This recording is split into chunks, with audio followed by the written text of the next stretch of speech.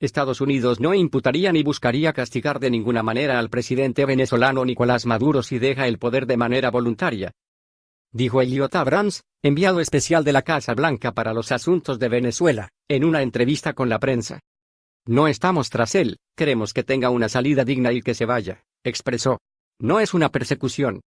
Queremos que dejes el poder, añadió como si estuviera hablando con Maduro. No queremos procesarte y no queremos perseguirte. El funcionario no respondió a la pregunta de si Estados Unidos le permitiría al líder chavista tener cualquier riqueza en territorio estadounidense si llegara a exiliarse de su país. Sí se refirió a las recientes declaraciones del mandatario Donald Trump y del propio Maduro, quienes hablaron de contactos entre funcionarios de alto nivel de sus respectivos gobiernos desde hace meses. Confirmo que desde hace meses hay contactos con funcionarios del gobierno de Donald Trump con funcionarios del gobierno que presido. Con mi autorización, para buscar regularizar este conflicto, dijo el líder chavista el 20 de agosto. La noción de que estamos negociando es completamente equivocada. Este martes, Abrams negó que hubiese ningún diálogo. Y la noción de que hay un patrón de contactos es equivocada. Ha habido mensajes intermitentes y creo que a la gente le parecería completamente predecible cómo es el mensaje muy ocasional desde Washington. Necesitan regresar a ser un país democrático. No debe postularse en una elección. Maduro necesita dejar el poder. No retiraremos las sanciones hasta que esté fuera del gobierno, precisó. Según el diplomático, por ahora no es valioso hablar directamente con el gobierno venezolano. Explicó que los mensajes de intermediarios en Caracas para Washington han sido muy poco frecuentes desde finales del invierno y que la información que dieron era dudosa. Pues algunos se enviaron con conocimiento de Maduro y al parecer, otros no. Por último, aclaró que la administración Trump no apoyará unas elecciones en el país sudamericano si se presentan Maduro o el líder opositor Juan Guaidó, quien se autoproclamó presidente interino. Abrams señaló que si alguno de los dos quiere postularse, primero tendrían que dejar sus cargos, para evitar que haya conflictos sobre una posible manipulación de los votos. Maduro promueve la masiva migración venezolana para desestabilizar a sus vecinos. La crisis de los migrantes venezolanos en las fronteras de Ecuador y Chile. El cambio de actitud de los gobiernos de esos países ante este masivo movimiento de personas y la indiferencia con que el régimen chavista ve un problema que ha creado tienen, y no por casualidad, un antecedente en América, la crisis de los balseros cubanos hacia Estados Unidos. La actitud de Nicolás Maduro hacia la crisis provocada por la masiva migración venezolana a países de Sudamérica recuerda a la que tuvo Fidel Castro en 1980 en el llamado Éxodo de Mariel, cuando permitió que más de 125.000 cubanos abandonaran Cuba, aproximadamente 1,3% de la población total de la isla en ese momento, en condiciones desesperadas hacia las costas de Florida. Con eso Castro consiguió dos objetivos: aliviar el descontento interno contra su régimen usando la migración como válvula de escape y causarle problemas a su vecino. De la migración venezolana, inicialmente compuesta por inversionistas, empleados y técnicos de la industria petrolera, médicos, profesores universitarios, jóvenes emprendedores, o exiliados políticos, se ha pasado a la de todos aquellos a los que la revolución chavista prometió redimir. En un primer momento los marielitos fueron recibidos con los brazos abiertos por las autoridades de Estados Unidos.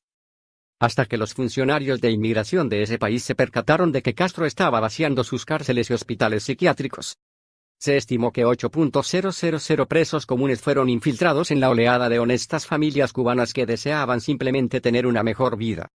De hecho, esa crisis migratoria fue una de las causas de la derrota electoral de Jimmy Carter en las elecciones presidenciales estadounidenses de ese año.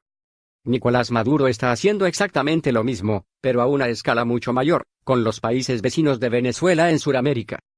La masiva migración venezolana por la región es la mayor crisis migratoria del mundo en estos instantes, aunque la prensa mundial tenga su foco en el Mediterráneo. La diferencia de la actual migración proveniente de Venezuela con los otros tres grandes movimientos de población que se dieron de país a país dentro del continente americano en el último siglo es el corto tiempo en que está ocurriendo.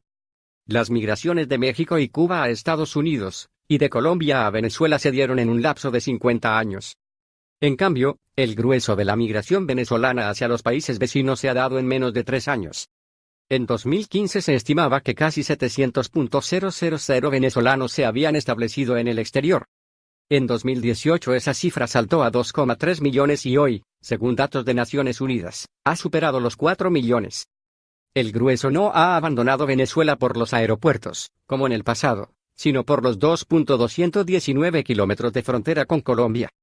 Según las autoridades de ese país, el número de venezolanos residentes allí pasó de 48.000 en 2015 a 600.000 al cierre de 2017.